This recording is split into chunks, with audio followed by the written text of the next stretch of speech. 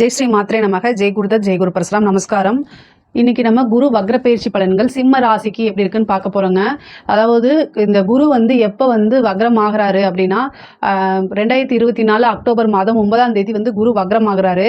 இந்த குரு வக்ர நிவர்த்தி எப்போ ஆகிறாரு அப்படின்னா 2025 பிப்ரவரி மாதம் 4ஆம் தேதி குரு வக்ர நிவர்த்தி ஆகிறாரு.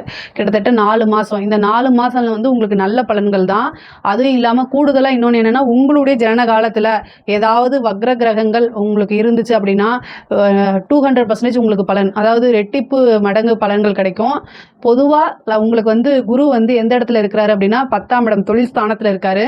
அதாவது சுப கிரகங்களை காட்டிலும் அசுப கிரகங்கள் இருக்கிறது ரொம்ப வளர்ச்சி, பொருளாதார ரீதியாக வளர்ச்சின்னு சொல்லுவாங்க. ஆனால் சுப கிரகம் தான் குரு.